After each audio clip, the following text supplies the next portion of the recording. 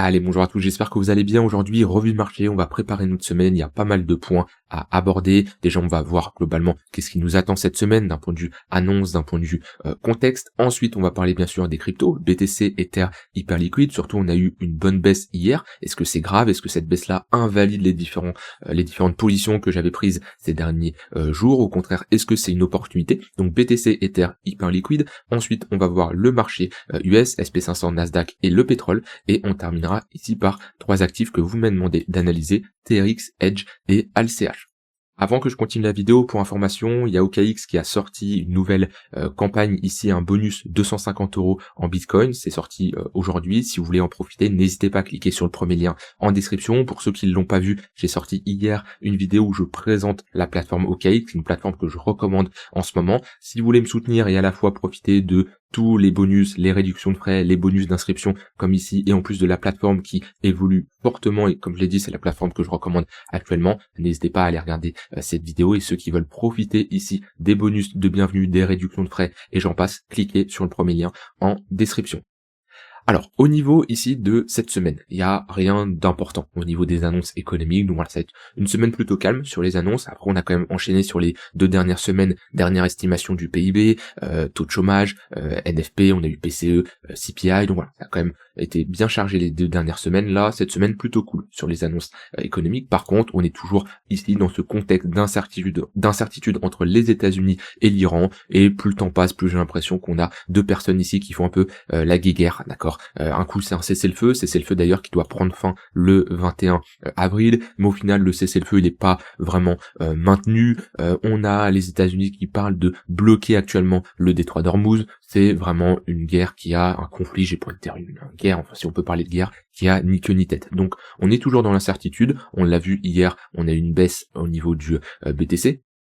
Le SP500 qui a ouvert ici en gap baissier, qui a ravalé, hausse ici du pétrole, gap haussier également. Donc voilà, on est toujours dans cette incertitude, et moi de mon côté je ne cherche pas à anticiper quand va être la fin du conflit. Le 21 avril, il faudra bien sûr voir est-ce qu'on a un cessez-le-feu, un prolongement ou des négociations qui vont avancer. Dans tous les cas, dans chaque conflit il faut un gagnant et un perdant. C'est comme ça. Alors est-ce que Trump va accepter certaines choses? Est-ce qu'il va être un peu plus docile, j'ai envie de dire, même si c'est pas trop sa personnalité? Bon, on verra tout ça en détail. Ce qui est sûr, c'est que de mon côté, quand on est dans ce type d'incertitude sur du long terme, je procède d'une façon que je procède assez rarement, parce que c'est pas tout le temps qu'on est dans ce type de contexte, mais c'est une gestion du risque un peu plus faible. Ça veut dire que quand je prends des risques, mon risque est plus faible comparé à d'habitude, ok? Pas parce que je manque de conviction d'un point de vue technique, c'est juste le contexte est plus incertain, et surtout, je n'ai pas de mal à invalider rapidement.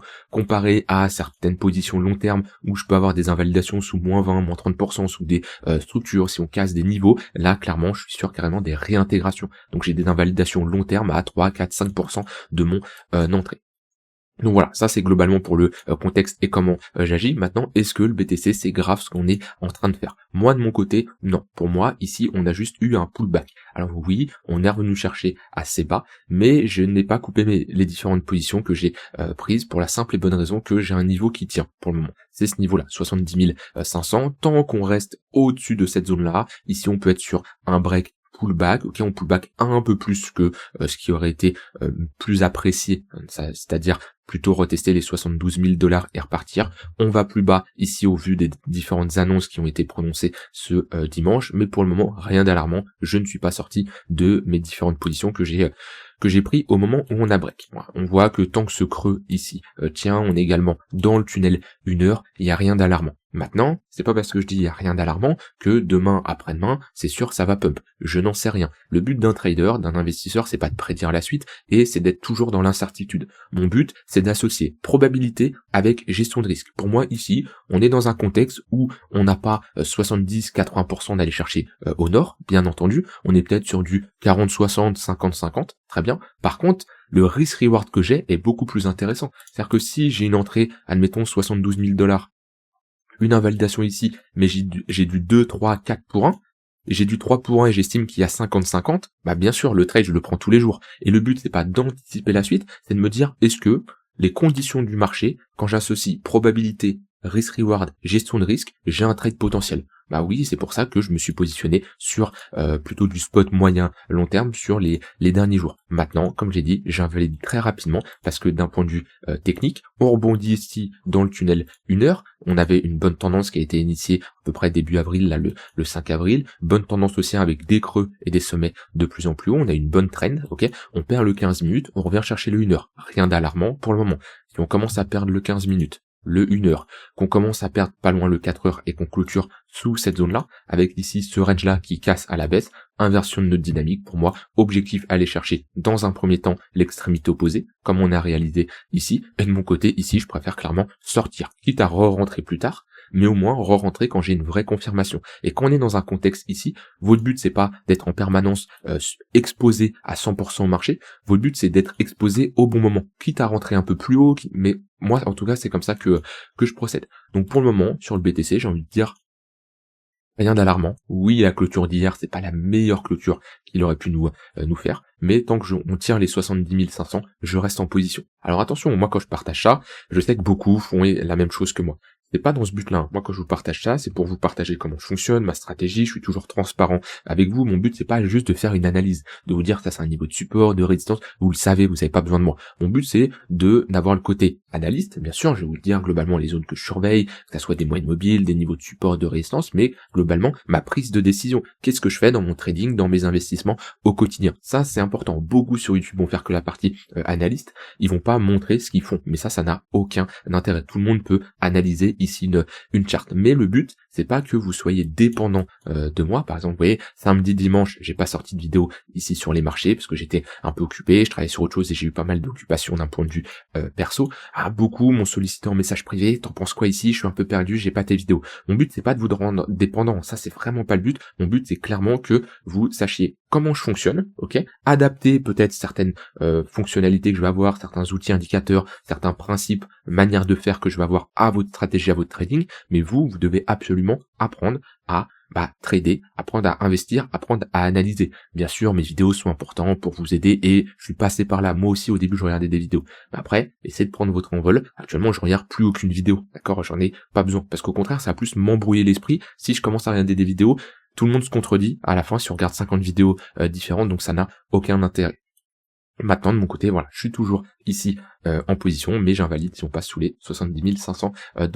Sur du court terme, qu'est-ce qu'il faut surveiller? On a également des nouveaux points pivots weekly. Vous savez quoi, on va en parler tout de suite. Nouveaux points pivots weekly, comme chaque semaine, on regarde les différents points pivots. C'est des niveaux vraiment importants. La preuve, la semaine dernière, top de marché, bottom, pile poil sur les points pivots. Et début de semaine, qu'est-ce qu'on fait? Bottom, pile poil sur le point pivot. Donc si je vous bassine avec ça chaque semaine, c'est pas pour rien. C'est que chaque semaine, ça offre de très bonnes entrées. D'un point de vue intraday, d'un point de vue swing, ça dépend de votre manière de vous positionner, mais voilà, c'est pas un indicateur miracle, c'est un indicateur qui existe depuis un long moment. Il n'y en a pas énormément d'un point de vue trader particulier qui l'utilise, c'est pas l'indicateur que je vois le plus sur YouTube, mais en tout cas, il y a des algorithmes qui surveillent très souvent les points pivots, c'est comme la VWAP, c'est comme ce genre d'indicateurs qui sont très souvent surveillés et on voit bien qu'on a de très bonnes réactions. Donc si j'en parle chaque week-end, c'est parce que ça marche tout simplement. Donc on a notre point pivot weekly principal, 70 700 $. On a le support 1, 67 700 $. Et la résistance 1, 73 778 $. Donc voilà, on a rebondi parfaitement dessus aujourd'hui. On a même les points pivots daily qui ont parfaitement fait office de support et de résistance. On voit bien ici, on break le point pivot daily principal, on pull back, on repart, et on a posé parfaitement un top ici sur notre résistance 1.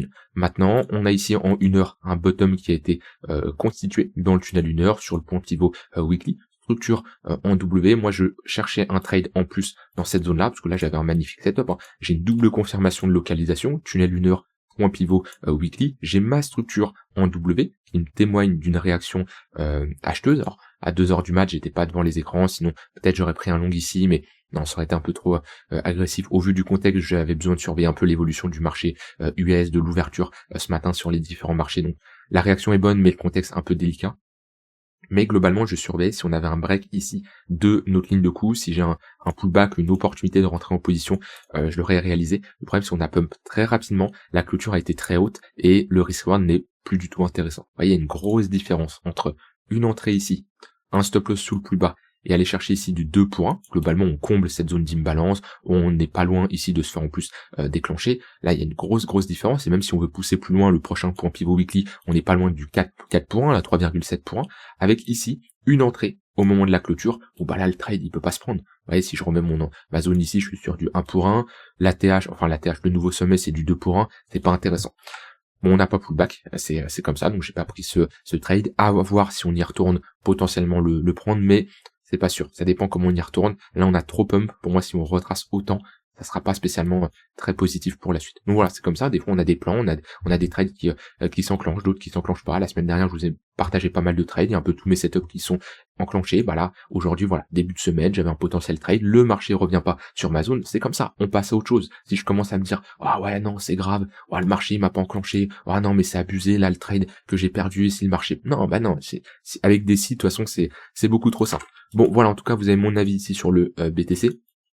Qui pour moi peut clairement pousser. Maintenant, invalidation très serrée de mon côté et ça peut aller très vite. Et invalidation en clôture daily. Voilà sur le BTC. Au niveau d'Ether, c'est exactement la même chose. Hop, tant qu'on tient cette zone-là, là il y a une zone importante. La différence c'est que sur Ether, si on va un peu plus bas, on n'aura pas spécialement une invalidation parce que la grosse zone pour moi c'est si on passe sous les 2130.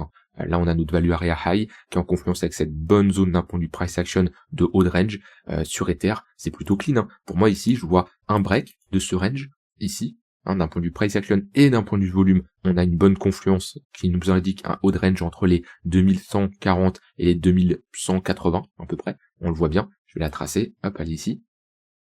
Voilà, à peu près cette zone-là. On break, on s'appuie une fois, deux fois. Pour le moment, c'est vraiment pas mal. Là, sur Ether, on est sur un beau pullback. Et Ether qui lead un peu plus le BTC, qui surperforme, on le voit depuis un moment. On est quand même dans une compression, à voir si ça part, mais toujours positionné sur Ether de mon côté, mais pareil, prêt à invalider rapidement. Comme je le dis, hein, j'ai des invalidations très courtes, entrées à peu près par là sur Ether.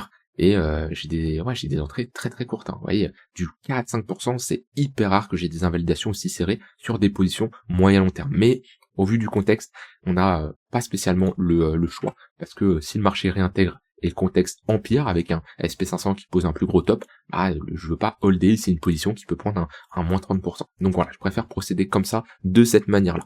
Surtout que je m'étais exposé avant sur le BTC, où là c'est des ordres que je garde, enfin c'est des positions que je garde de mon côté. Donc sur Ether, rien d'alarmant non plus. On a une réaction acheteuse sur le contexte des 2180$. Si je mets ici des moyennes mobiles, hop, on a toujours ici notre tunnel 1 heure orienté à la hausse. Donc voilà, un contexte plutôt haussier, une tendance qui est haussière. On a retracé un peu plus également, mais voilà, structure en W, pullback dans le 15 minutes. Pour le moment, rien d'alarmant. Ok, on essaye de constituer un bottom. Si on s'installe sous cette zone-là, là oui, ça sera pas incroyable.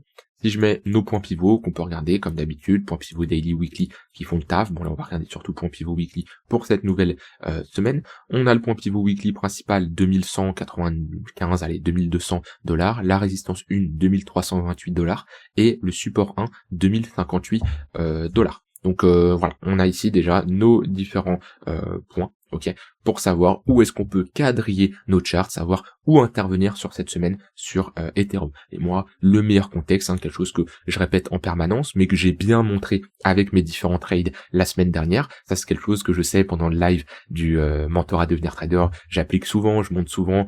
J'en ai beaucoup parlé quand on était ici dans cette zone juste ici, où je me disais, bah moi j'ai moins de trades qui s'enclenchent, c'est un peu mou, mais j'étais le premier à dire, dès que ça repart, vous allez voir, je vais trader activement, je vais vous partager pas mal de trades, je vais montrer comment je fonctionne, et là déjà ça a été le cas. C'est pas le momentum le plus exceptionnel, bien sûr je préfère clairement ce genre de baisse, ok, ou alors des pumps importants, comme ici, où là je trade plus activement, j'ai pas mal de trades qui s'enclenchent sur du court terme, sur de l'intraday, mais déjà, la semaine dernière, vous voyez, ça c'est le genre de contexte de marché qui fait que j'aime bien prendre des trades dans le sens de la tendance. Donc pour moi, cette semaine, les meilleures conditions de marché qui peuvent s'offrir à moi, c'est ici, hop, je remets mes tunnels,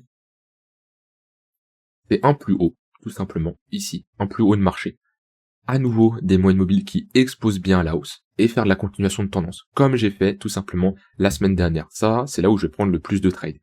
Si j'ai pas ça qui se met en place, alors j'ai toujours des setups en automatique, peuvent s'enclencher tout simplement. Voilà, ça c'est des setups, je mets des alertes, ça s'enclenche pas, c'est des règles que même un collégien, même une personne qui a 5 ans peut les appliquer. J'exagère un peu, mais globalement, les règles, ils sont très simples, comparé à ici, du trading un peu plus discrétionnaire, où il faut quand même être devant les écrans. Voilà, c'est un trading qui demande quand même un peu plus de rigueur et qui est un peu plus compliqué. Mais si j'ai pas de nouveau sommet et qu'on commence à avoir un 1 heure plat, un 15 minutes plat, je vais patienter qu'on ait à nouveau un gros mouvement pour me positionner. Voilà de ce côté-là sur Ethereum.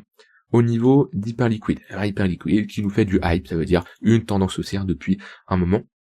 Et c'est bien cette volatilité qu'on a sur Hyperliquid parce que on a du momentum, on a un flux et c'est le plus agréable à trader. Vous voyez, on met pas du temps à poser un bottom, ok? Alors qu'on a quand même posé un top de marché assez conséquent, faut pas le négliger. Ici, on a une pattern de distribution, mais direct, on repart très vite. Il y a de la volatilité sur Hyperliquid, il y a du momentum et j'aime bien parce que si on est bien positionné, ça fait de la perf, hein. Moi, quand je prends la perf que m'a fait Hyperliquid sur ici 2025 globalement, en aussi peu de temps, c'est autant, faudrait que je regarde, hein, mais c'est autant voire plus que la performance que m'a fait Ether sur tout le cycle. Alors que d'un point de vue performance, on est quoi ici? On est sur un x3, sur Hyperliquid, après Hyperliquid j'ai eu un point très bas, donc c'est pas mal. On est sur alors j'ai dit x4 sur Ether, on est ici sur un x5 sur Hyperliquid. Vous voyez la différence sur la temporalité? Les mouvements sont longs sur Ether, sur Hyperliquid, en aussi peu de temps, j'ai fait une aussi grosse performance que sur Ethereum, voire peut-être un peu plus, faudrait que je recalcule. Là, j'ai pu me repositionner, j'ai allégé sur les résistances, hein. Ici j'ai allégé, on est à nouveau sur cette zone de résistance, à voir si on break pullback et on repart. En tout cas, pour le moment, hype pousse pour aller faire des plus hauts. On est toujours en train de surperformer le marché. Si je regarde hype par rapport au BTC, hype par rapport à Ether, hype par rapport à n'importe quel altcoin ici, c'est ATH sur ATH, il n'y a pas une seule altcoin qui surperforme Hyperliquid. Bien sûr, hein, commencez pas à me trouver la bougie 1 minute ou l'alcoin top 500 de CoinMarketCap qui a fait un x10 en si peu de temps. Bien entendu, là on parle d'alcoin top capitalisation, il n'y en a aucune. D'un point de vue market cap, on en est où d'ailleurs sur hype là? On va pas tarder à dépasser peut-être Dodge, hein. 10 milliards de market cap, 15 milliards Dodge, on avance doucement mais sûrement. De toute façon, Hyperliquid, hein, plus le temps passe, hein. Déjà à un moment, je disais que ça va surperformer du Solana, tout ça. Ouais, Hyperliquid, si ça continue là, à ce rythme-là, pour moi c'est du top 3, top 4. Hein. Alors, passer au-delà de Tether, Ethereum, ça va être quand même un bon cap. Mais si on continue, hein, Solana, déjà en FDV, je pense Solana, c'est déjà rattrapé. Hein. 40 milliards de FDV, Solana c'est presque rattrapé. Je pense qu'on peut aller chercher du XRP, BNB. Alors, attention, je parle pas de ça en une semaine, 2 semaines, ni en 2-3 mois. Très peu probable. Par contre, sur les 2-3 prochaines années, je pense que Hyperliquid peut être sur un top 5 CoinMarketCap. Il y a des revenus, il y a une vraie utilité, il y a une vraie communauté, tout le monde en parle, il y a l'équipe qui font très bien les choses. C'est un projet qui mérite tout simplement ce qui se passe, mais il faut en profiter, d'accord? C'est bien de faire une analyse, c'est bien de dire, ce projet il est bien, mais est-ce que vous gagnez de l'argent dessus? Est-ce que vous vous êtes positionné? Comment vous agissez là-dessus? Le but c'est pas d'avoir les setups les plus parfaits, c'est pas d'être all-in en permanence, mais en tout cas c'est de déterminer des zones intéressantes pour se positionner. Là on est sur résistance, c'est plus délicat. Par contre si on commence à break, pullback, on peut très bien prendre un long ici, invalidation si on réintègre ou si on passe sous ce plus bas et targeter l'extrémité opposée. En tout cas hype pour le moment ça reste haussier et par contre faut tenir, faut pas passer sous ce creux là. Parce que là, c'est un M-Top qui est proposé. Hein. M-Top, on peut revenir globalement chercher les 25-30 $, si on commence à s'installer sous ce plus bas. Ce qui, je sais, arrangerait certains qui souhaitent se positionner. Moi, dans tous les cas, hype va où il veut. Je m'adapte en fonction de ce qu'il est en train de faire. C'est sûr, s'il retourne plus bas, je pourrais me repositionner sur du long terme. Au niveau du marché US, qu'est-ce qu'on a? Alors, un SP500 qui, la semaine dernière, les derniers jours, là, depuis début avril, rebond en V bottom. On a ouvert en gap ici, baissier, ça a été directement ravalé avec ici une session US plutôt bullish, hein. Quand on a ouvert ici, on a plutôt un marché haussier. Maintenant, comme je vous l'ai dit, on n'est pas n'importe où, on est dans notre zone de rechargement de short. Je m'attends pas ici à partir tout the moon faire un nouvel ATH, sauf si on a un conflit qui va dans le sens des marchés. Bien sûr, si on a des négociations qui avancent, fin de conflit, etc. Ça, c'est dans le meilleur des mondes, on pourra aller faire un nouvel ATH. Sinon, de mon côté, je m'attends à une consolidation. Hein. L'idéal, ça serait pas si on passe sous cette zone-là, ce serait quand même un signal assez bearish, ok. On invaliderait cette bougie impulsive là qui a été réalisée le 8 avril. Hein. Ça c'est suite au cessez-le-feu. Donc est-ce qu'on va passer sous cette zone-là? Je ne sais pas. Ce qui est sûr, c'est invalidation et ça sera un signal plutôt bearish. Maintenant, on est quand même sur une zone de résistance. Donc maintenant, SP500, étape par étape, on voit bien qu'on a pullback cette zone-là, qui est un niveau assez important. Je peux retracer les deux zones importantes sur le SP500. Ils sont ici, hein. Niveau de support, on les casse, ça devient des niveaux de résistance. Le Nasdaq, c'est globalement pareil, c'est plutôt pas mal ce qu'il nous fait depuis qu'il a réintégré. Il est à peu près au milieu de ce range, on consolide à peu près à ce niveau-là. Si on arrive à faire un nouveau sommet, on peut bien sûr pousser sur cette zone de résistance. Par contre, pareil, je vois pas le Nasdaq faire un nouvel ATH, partir to the moon, faire ici du plus 5, plus 6%, alors qu'on a un conflit qui est toujours en cours. Au niveau du pétrole, alors on se réinstalle ici au-dessus des $100, à voir si on arrive à avoir une clôture ou pas, et si on arrive à maintenir, mais voilà, on a ce niveau-là, hein, qui fait office de support et de résistance depuis un moment.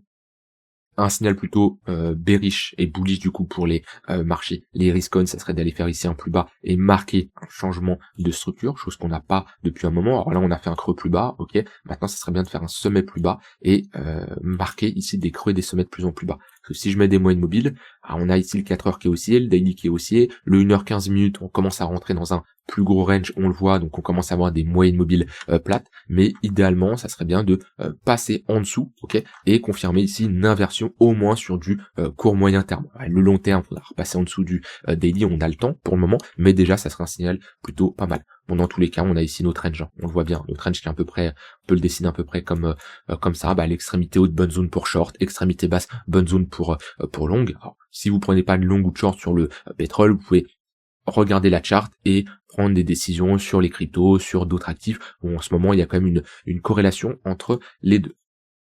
Voilà au niveau du marché US. Allez, les actifs que vous m'avez demandé d'analyser. TRX qui performe plutôt bien, c'est pareil, une crypto qui surperforme quand même le marché, hein, parce que si je compare TRX à BTC, qu'est-ce que ça nous donne? Alors attendez, on va prendre crypto de point TRX USD divisé par crypto de point BTC USD. Tac. Voilà. C'est plutôt pas mal. C'est pareil, l'une des seules altcoins qui surperforme un peu le BTC depuis un moment, parce qu'on peut voir que détenir du TRX est limite plus rentable que du BTC depuis 2019-2020. C'est un fait. En tout cas, c'est la charte qui nous le montre. Je suis curieux de voir TRX par rapport à Hype. Je sais pas si je vais l'avoir avec cette charte. Hype USD. Non, je pense pas. Donc on va faire ici, on va faire Ucoin, parce que j'ai tout sur Ucoin, Hype, USDT. Ouais, ça a bien performé pendant un moment, mais là, globalement, Hype est plus forte sur les dernières semaines. Mais c'est vrai que le TRX, ça reste une crypto qui fait sa vie de son côté. On voit depuis le bottom de 2023, il y a quand même une bonne performance qui a été réalisée. Les retracements sont globalement faibles, hein. Depuis le top de marché en septembre, c'est un moins 25%, alors que le BTC a pris un moins 50%. Donc c'est vrai, TRX fait son petit bout de chemin. De toute façon, c'est le tunnel daily, hein, qu'il faut surveiller sur du long terme. C'était un gros niveau pendant tout ce bull market. On le voit bien. Ici, hop, on est parti, bottom de marché qui a été validé, structure ici en W, sortie de ce range par le haut, et ensuite tunnel daily qui a fait office de support. On est ici dans une zone, ça reste délicat de se positionner. Pourquoi? Parce qu'on est sur un niveau de résistance, la ligne de coup de ce M-top, et ici on est sur un sommet. Bon, en tout cas, la tendance reste haussière pour le moment sur du long terme, même si on a ici constitué un M-top. Un signal plutôt bullish, ça serait de réintégrer cette zone-là et arriver à accepter qu'on réintègre ce précédent top de marché qui était quand même un top de marché court moyen terme. On n'a pas posé un gros top weekly non plus. Et s'installer au-dessus de ce sommet-là, si c'est le cas, objectif, clairement, aller faire un nouvel ATH. Donc ouais, TRX qui fait un peu sa vie, c'est vrai qu'on en entend très peu parler, c'est pas la crypto où moi je me positionne de mon côté, mais d'un point de vue performance, c'est une crypto qui fait très bien le taf. Alors des fois on peut se dire c'est trop, ouais c'est trop, mais c'est pas parce que c'est trop que ça va retracer. Ça peut être haut, et votre but en trading investissement, c'est d'avoir un gain au final. Votre but c'est pas spécialement d'acheter bas et revendre haut. Certains font des stratégies comme ça, acheter bas, revendre haut, et ils sont pas rentables. Si vous avez une stratégie qui est d'acheter haut mais pour revendre plus haut, faites-le. Ça peut bien sûr marcher, hein. Quand on trade le momentum, qu'on fait de la continuation de tendance, c'est ce qu'on fait. Des fois on achète haut pour revendre plus haut. Vous devez pas spécialement avoir les points les plus bas. Par contre, il faut quand même surveiller dans la zone auquel on est, parce que si on rejette ici, on fait M-top. perdre du tunnel 3 jours, ah là ça serait un signal plutôt bearish et on pourrait clairement retracer et revenir chercher par exemple le précédent ATH. Maintenant c'est pas le scénario numéro 1, c'est pas le scénario le plus envisageable. Ici, j'ai une analyse de Edge. Alors ça, c'est une crypto qui est tout récente, donc il n'y a pas grand-chose à faire sur les cryptos les plus récentes. Moi, en général, j'attends un an de chart long terme avant de faire une analyse complète sur une crypto. Maintenant, là, qu'est-ce que je vois? Bon, on va regarder ça en 4 heures. Alors, je ne sais pas du tout ce que c'est. Edge X. Hop. Tac. 107 selon CoinMarketCap, très bien. C'est listé quand même sur Binance, ok, Coinbase, très bien. Bon, il y a quand même, c'est listé sur pas mal de charts. Maintenant, c'est une crypto où toute la supply n'est pas en circulation, donc ça c'est quelque chose à prendre en compte. Hein. N'oubliez pas, il y a une différence entre le market cap actuel et le market cap si toute la supply était en circulation. C'est la différence entre le market cap et le FDV. Maintenant, si les tokens sont bien répartis, par exemple comme Hyperliquid, c'est pas non plus la fin du monde. D'un point de vue technique, eh ben, c'est tout simplement un range. On retourne chercher ici le bas de range. On doit avoir une réaction acheteuse à peu près maintenant, parce que si on commence à s'installer sous ce bas de range, on peut clairement aller plus bas. Plus bas jusqu'à où, c'est difficile, on n'a pas assez d'historique. Hein. Donc quand c'est comme ça, moi ce que je recommande, hein, j'avais pris l'exemple sur Optimism pas mal de fois, je vais prendre l'exemple encore une fois, quand on a une chart qui est aussi jeune, attendez qu'une première structure de retournement en weekly se pose, vous avez vos points de repère. Ici je prends la charte d'Optimism, alors bon maintenant on est enfoncé très bas, hein, mais hop, au tout début, vous voyez, on est au tout début ici, on sait pas trop comment se positionner, on est un peu dans le flou, on attend une première pattern. C'est pas la pattern du siècle ici, mais en 3 jours elle est quand même présente. On pump et qu'est-ce qu'on fait? On retourne chercher cette pattern au niveau de la ligne de coup et on refait une nouvelle pattern de retournement. Ici on le voit bien en weekly. Et on repart et on refait des patterns. Quand on fonctionne comme ça, là, au bout d'un an d'historique, hein. Là on a un an d'historique à partir d'ici, même au bout de 6 mois, vous voyez, on peut avoir déjà un point de repère. Quand vous avez une structure en W, vous savez que la demande est supérieure à l'offre. C'est pas pour ça que 4 ans après, faut absolument se positionner parce que ça va être bull market, to the moon, etc. Il a fait sa perf, hein. Même moi j'étais positionné à un moment sur Optimism, j'ai eu un bon point d'entrée ici, j'ai pris mes profits sur la montée, j'ai reclôturé ici et je hold pas ce genre de chart. Mais quand vous avez ici des cryptos avec aussi peu de charts, attendez qu'on se pose à un endroit, ici, ça peut être plus bas, ça peut être plus haut, et qu'on structure une sorte de pattern de retournement. Ça nous montre qu'il y a eu un combat entre acheteurs et vendeurs et qu'il a été remporté par les acheteurs. Ici, la charte, elle est beaucoup trop jeune pour faire une analyse complète. D'un point de vue trading, ça peut se faire, mais ouais, là, globalement, plutôt baissier sur du court terme, mais sur un niveau de support. Et au niveau de Alchemist, ici, je vais me mettre en weekly, c'est globalement un gros range, ok, on le voit bien, globalement on est bloqué ici entre deux bornes, avec ici on peut parler de déviation à la baisse, réintégration. On est proche de l'extrémité basse, plutôt une zone où on va chercher des longues, il y a quand même une bonne amplitude. Ici, on le voit 350%, on retrace moins 75%. En plus, c'est une bonne amplitude, mais plutôt sur du moyen terme, hein, parce que la charte n'a pas non plus 6 ans d'historique. Donc on voit que il y a des pumps assez importants. Alors, faut pas non plus le négliger. On revient chercher l'extrémité basse, on commence à avoir un affaiblissement du momentum. Je le vois parce que si je mets un MACD, hop, il est où mon MACD? Je le vois ici, j'ai une divergence haussière, je le vois en 3 jours, weekly un peu just, en daily on diverge également. Maintenant ce qui nous manque c'est l'inversion de notre dynamique. On fait toujours des creux, des sommets de plus en plus bas, on a des moyennes mobiles ici orientés à la baisse, on est sous le 4 heures, on est sous le 1 heure. Ce qu'il nous faut c'est un moment, la réaction acheteuse qui nous inverse notre dynamique. On veut casser des précédents sommets, et là ça nous montre tout simplement qu'un bottom est posé. Pour le moment c'est pas le cas. Si on fait ça, un long peut se prendre invalidation sous le plus bas et targeter un retour tunnel daily. Si vous avez une vision un peu plus long terme, on peut avoir une invalidation sous le plus bas de notre range et targeter un retour milieu de range, voire extrémité haute.